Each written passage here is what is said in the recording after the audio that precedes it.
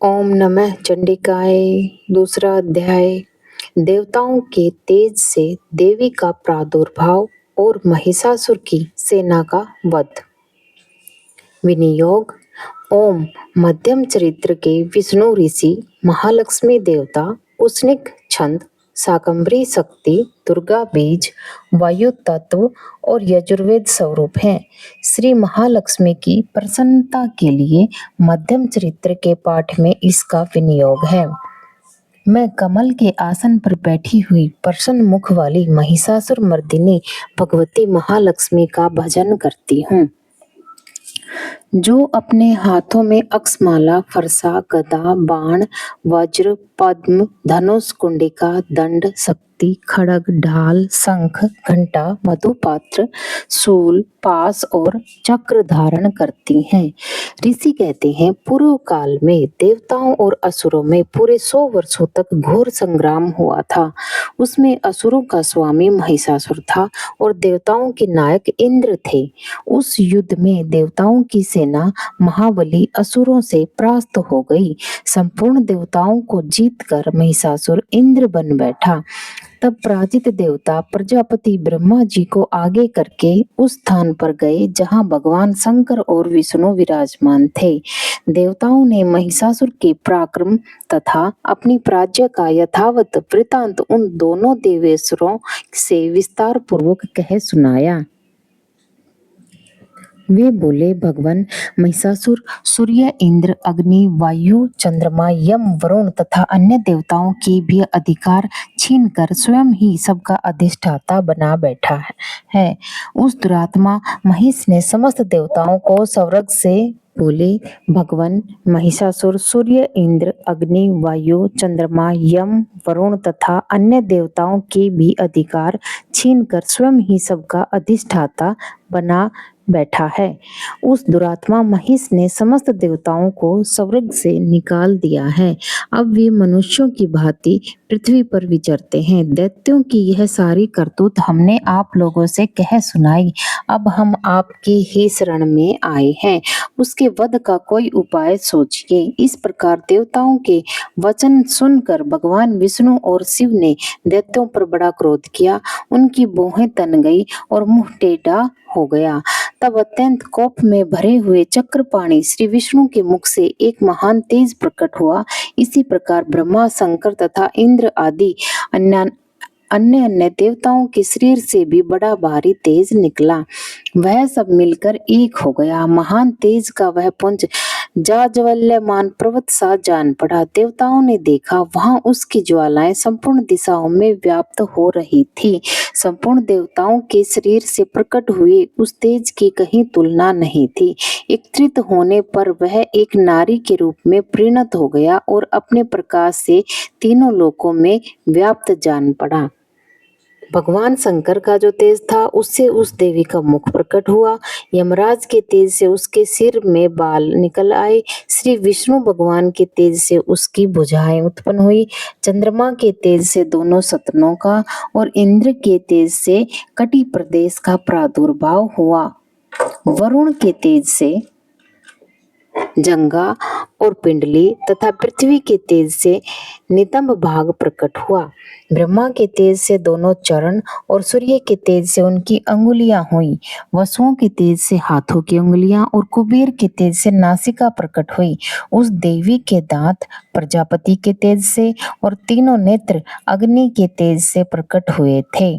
उसकी भौहें संध्या के और कान वायु के तेज से उत्पन्न हुए थे। इसी प्रकार अनन्य देवताओं के तेज से भी उस कल्याणमयी देवी का आविर्भाव हुआ। तदंतर समस्त देवताओं के तेज पुंज से प्रकट हुई देवी को देखकर महिषासुर के सताए हुए देवता बहुत प्रसन्न हुए। पिनाकधारी भगवान शंकर ने अपने शूल से एक शूल निकालकर उन्हें दिया। फिर भगवान विष्णु ने भी अपने चक्र से चक्र उत्पन्न करके भगवती को अर्पण किया। वरुण ने भी शंख भेंट किया। अग्नि ने उन्हें शक्ति दी और वायु ने धनुष तथा बाण से भरे हुए 2 तरकस प्रदान किए। सहस्त्र नेत्रों वाले देवराज इंद्र ने अपने वज्र से वज्र उत्पन्न करके दिया और ऐरावत हाथी से उतारकर एक घंटा भी प्रदान किया। यमराज ने कालदंड से दंड, वरुण ने पास, प्रजापति ने सफ्टिकाक्ष की माला तथा ब्रह्मा जी ने कमंडलू भेंट किया। सूर्य ने देवी के समस्त रोमकूपों में अपनी किरणों का तेज भर दिया। काल ने उन्हें चमकती हुई ढाल और तलवार दी। क्षीर समुद्र ने उज्जवल हार तथा कभी जीर्ण न होने वाले 2 दिव्य वस्त्र भेंट किए। साथ ही उन्होंने दिव्य चूड़ामणि, 2 कुंडल, कड़े, उज्जवल अर्धचंद्र, सब बाहुओं के लिए केयूर, दोनों चरणों के लिए निर्मल नूपुर, गले की सुंदर हंसली और सब उंगलियों में पहनने के लिए रत्नों की बनी हुई अंगूठियां भी दी। विश्वकर्मा ने उन्हें अत्यंत निर्मल फरसा भेंट किया। साथ ही अनेक प्रकार के अस्त्र और अभेद्य कवच दिए। इनके सिवा मस्तक और वक्ष स्थल पर धारण करने के लिए कभी न कुमलाने वाले कमलों की मालाएं दी। जल्दी ने उन्हें सुंदर कमल का फूल भेंट किया।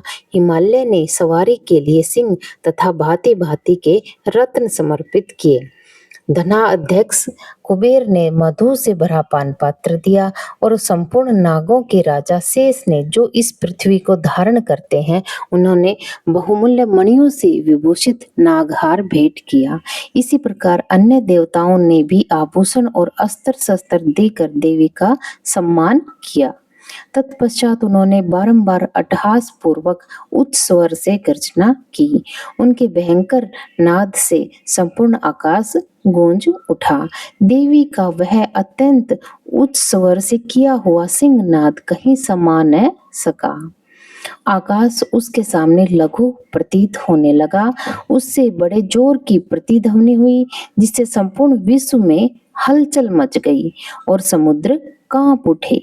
पृथ्वी डोलने लगी और समस्त पर्वत हिलने लगी। उस समय देवताओं ने अत्यंत प्रसन्नता के साथ सिंह वाहिनी भवानी से कहा, देवी तुम्हारी जय हो। साथ ही महर्षियों ने भक्ति भाव से विनम्र होकर उनका सत्वन किया। संपूर्ण त्रिलोकी को शोकग्रस्त देख दैत्यगण अपनी समस्त सेना को कवच आदि से सुसज्जित कर हाथों में हथियार ले सहसा उठकर खड़े हो गए। उस समय महिषासुर ने बड़े क्रोध में आकर कहा, आह यह क्या हो रहा है। फिर वह संपूर्ण असुरों से घिरकर उस सिंहनाद की ओर लक्ष्य करके दौड़ा और आगे पहुंचकर उसने देवी को देखा, जो अपनी प्रभा से तीनों लोकों को प्रकाशित कर रही थी। उनके चरणों के भार से पृथ्वी दबी जा रही थी। माथे के मुकुट से आकाश में रेखा सी खिंच रही थी तथा वे अपने धनुष की टंकार से सातों पातालों को क्षुब्ध किए देती थी। देवी अपनी हजारों भुजाओं से संपूर्ण दिशाओं को आच्छादित करके खड़ी थी। तदंतर उनके साथ दैत्यों का युद्ध छिड़ गया। नाना प्रकार के अस्त्र शस्त्रों के प्रहार से संपूर्ण दिशाएं उद्भासित होने लगी। चिक्षुर नामक महान असुर महिषासुर का सेनानायक था। वह देवी के साथ युद्ध करने लगा। अन्य दैत्यों की चतुरंगिनी सेना साथ लेकर चामर भी लड़ने लगा। 60,000 रथियों के साथ आकर उदगर नामक महादैत्य ने लोहा लिया। 1 करोड़ रथियों को साथ लेकर महाहनु नामक दैत्य युद्ध करने लगा, जिसके रोए तलवार के समान तीखे थे। वह असीलोमा नाम का महादैत्य 5 करोड़ रथी सैनिकों सहित युद्ध में आ डटा। 60 लाख रथियों से घिरा हुआ बास्कल नामक दैत्य भी उस युद्ध भूमि में लड़ने लगा।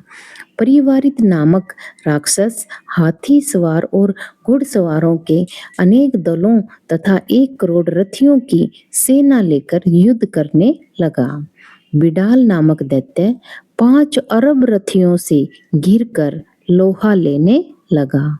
इनके अतिरिक्त और भी हजारों महादैत्य रथ, हाथी और घोड़ों की सेना साथ लेकर वहां देवी के साथ युद्ध करने लगे। स्वयं महिषासुर उस रणभूमि में कोटि कोटि सहस्त्र रथ, हाथी और घोड़ों की सेना से घिरा हुआ खड़ा था। वे दैत्य देवी के साथ तोमर, भिंदीपाल, शक्ति, मूसल, खड्ग, परशु और पटीस आदि अस्त्र शस्त्रों का प्रहार करते हुए युद्ध कर रहे थे। कुछ दैत्यों ने उन पर शक्ति का प्रहार किया, कुछ लोगों ने पास फेंके तथा कुछ दैत्यों ने खड़ग प्रहार करके देवी को मार डालने का उद्योग किया। देवी ने भी क्रोध में भरकर खेल खेल में ही अपने अस्त्र शस्त्रों की वर्षा करके दैत्यों के वे समस्त अस्त्र शस्त्र काट डाले। उनके मुख पर परिश्रम या थकावट का रंग मात्र भी न चिन्ह नहीं था। देवता और ऋषि उनकी स्तुति करते थे और वे भगवती परमेश्वरी दैत्यों के शरीरों पर अस्त्र शस्त्रों की वर्षा करती रही। देवी का वाहन सिंह भी क्रोध में भरकर गर्दन के बालों को हिलाता हुआ असुरों की सेना में इस प्रकार विचरने लगा मानो वनों में दावानल फैला रहा हो। रणभूमि में दैत्यों के साथ युद्ध करती हुई अंबिका देवी ने जितने निश्वास छोड़े वे सभी तत्काल सैकड़ों हजारों गणों के रूप में प्रकट हो गए और परशु, भिंदीपाल, खड्ग तथा पटीस आदि अस्त्रों द्वारा असुरों का सामना करने लगे। देवी की शक्ति से बढ़े हुए वे गण असुरों का नाश करते हुए नगाड़ा और शंख आदि बाजे बजाने लगे। उस संग्राम महोत्सव में कितने ही गण मृदंग बजा रहे थे। तदंतर देवी ने त्रिशूल से, गदा से, शक्ति की वर्षा से और खड्ग आदि से सैकड़ों महादैत्यों का संहार कर डाला। कितनों को घंटे के भयंकर नाद से मूर्छित करके मार गिराया। बहुतों को दैत्यों को पास से बांधकर धरती पर घसीटा। कितने ही दैत्य उनकी तीखी तलवार की मार से दो दो टुकड़े हो गए। कितने ही गदा की चोट से घायल हो धरती पर सो गए। कितने ही मूसल की मार से अत्यंत आहत होकर रक्त वमन करने लगे। कुछ दैत्य शूल से छाती फट जाने के कारण पृथ्वी पर ढेर हो गए। उस रणसंगन में बाण समूहों की वृष्टि से कितने ही असुरों की कमर टूट गई। बाज की तरह झपटने वाले देव पीड़क दैत्यगण अपने प्राणों से हाथ धोने लगे। किन्हीं की बाहें छिन्न भिन्न हो गई, कितनों की गर्दनें कट गई। कितने ही दैत्यों के मस्तक कट कट कर गिरने लगे। कुछ लोगों के शरीर मध्य भाग में ही विदीर्ण हो गए।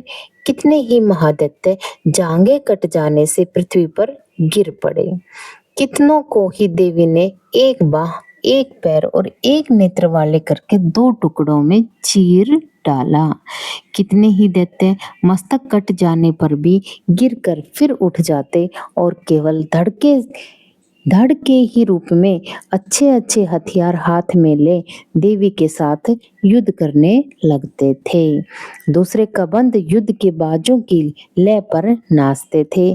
कितने ही बिना सिर के धड़ हाथों में खड्ग, शक्ति और रिष्टि लिए दौड़ते थे। तो और दूसरे महादैत्य ठहरो ठहरो यह कहते हुए देवी को युद्ध के लिए ललकारते थे। जहां वह घोर संग्राम हुआ था वहां की धरती देवी के गिराए हुए रथ, हाथी, घोड़े और असुरों की लाशों से ऐसी पट गई थी कि वहां चलना फिरना असंभव हो गया था। दैत्यों की सेना में हाथी, घोड़े और असुरों के शरीर से इतनी अधिक मात्रा में रक्तपात हुआ था कि थोड़ी ही देर में वहां खून की बड़ी बड़ी नदियां बहने लगी। जगदम्बा ने असुरों की विशाल सेना को क्षण भर में नष्ट कर दिया। ठीक उसी तरह जैसे तृण और काठ के भारी ढेर को आग कुछ ही क्षणों में भस्म कर देती है, और वह सिंह भी गर्दन के बालों को हिला हिला कर जोर जोर से गर्जना करता हुआ दैत्यों के शरीरों से मानो उनके प्राण ले लेता था। वहां देवी के गणों ने भी उन महादैत्यों के साथ ऐसा युद्ध किया जिससे आकाश में खड़े हुए देवतागण उन पर बहुत संतुष्ट हुए और फूल बरसाने लगे। इस प्रकार श्री मार्कंडेय पुराण में सावर्णिक मनवंतर की कथा के अंतर्गत देवी महात्म्य में महिषासुर की सेना का वध नामक दूसरा अध्याय पूर्ण हुआ। ओम नमः चंडिकाय।